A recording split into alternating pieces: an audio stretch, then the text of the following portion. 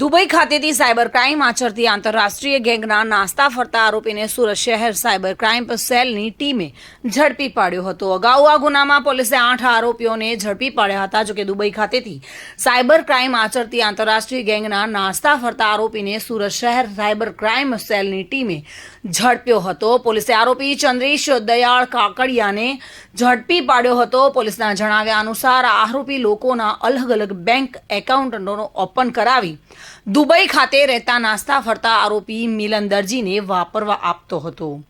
તેમજ આરોપી દુબઈ ખાતેથી સાયબર ફ્રોડના જમા થયેલા રૂપિયા સુરત ખાતે વિડ્રો કરવાનું અને આંગળીયામાંથી રૂપિયા લઈ આવવાનું કામ કરતો હતો। પોલીસ અધિકારી દ્વારા આપવામાં આવેલી વિગતો અનુસાર 2024ના ઓક્ટોબર મહિનામાં ઉત્તરાણ પોલીસ સ્ટેશન વિસ્તારમાં આવેલી એક ઓફિસમાં બાતમીના આધારે સાયબર સેલની ટીમ દ્વારા દરોડા પાડવામાં આવ્યા હતા, જેમાં મુદ્દામાલ કબજે કરવામાં આવ્યો હતો અને જેના આધારે દુબઈની આંતરરાષ્ટ્રીય સાયબર ક્રિમિનલ્સ ગેંગનો પર્દાફાશ કરવામાં આવ્યો હતો। તેમાં ગુનો નોંધીને અત્યાર સુધી 8 ઇસમોની ધરપકડ કરવામાં આવી છે।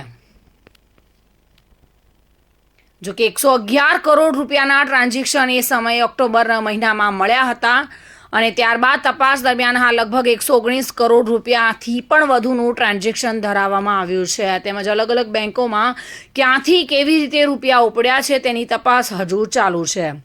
જોકે ગઈકાલે જે આરોપી ઝડપાયો છે તેના વધુ રિમાન્ડ માંગીને પૂછપરછ હાથ ધરવામાં આવી છે।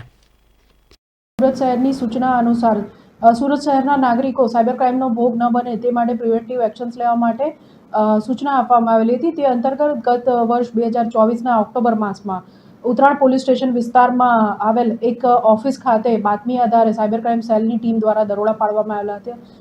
સદર દરોડા દરમિયાન જે મુદ્દામાલ વગેરે કબજે કરવામાં આવેલ તેના આધારે દુબઈથી ઓપરેટ થતી આંતરરાષ્ટ્રીય સાયબર ક્રિમિનલ્સની જે ગેંગ છે તેનો પર્દાફાશ કરવામાં આવેલ હતો અને ત્યારબાદ એ ગુનો સાયબર ક્રાઇમ પોલીસ સ્ટેશનમાં રજીસ્ટર કરીને વધુ કાર્યવાહી કરતા અલગ અલગ ઇસમોને આજ દિન સુધી લગભગ 8 જેટલા જે ક્રિમિનલ્સ છે જેઓ અહીંયા સુરત શહેરથી સિમ કાર્ડ તથા મ્યુલ બેંક એકાઉન્ટ્સ પૂરું પાડવા માટે કાર્યવાહી કરતા હતા તેઓને ઝડપી પાડવામાં આવેલા હતા।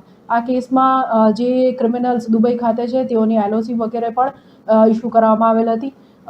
આ જ કેસ અંતર્ગત ગઈકાલે સાયબર ક્રાઇમ સેલની ટીમ દ્વારા આ ગુનામાં આ નાસ્તા ફરતા આરોપી ચંદ્રેશ દયાળભાઈ કાકડિયા જે પણ આ જે દુબઈથી ઓપરેટ થતી મિલંદરજી ગેંગ છે એનો એક મુખ્ય સભ્ય છે તેની ધરપકડ કરવામાં આવેલ છે।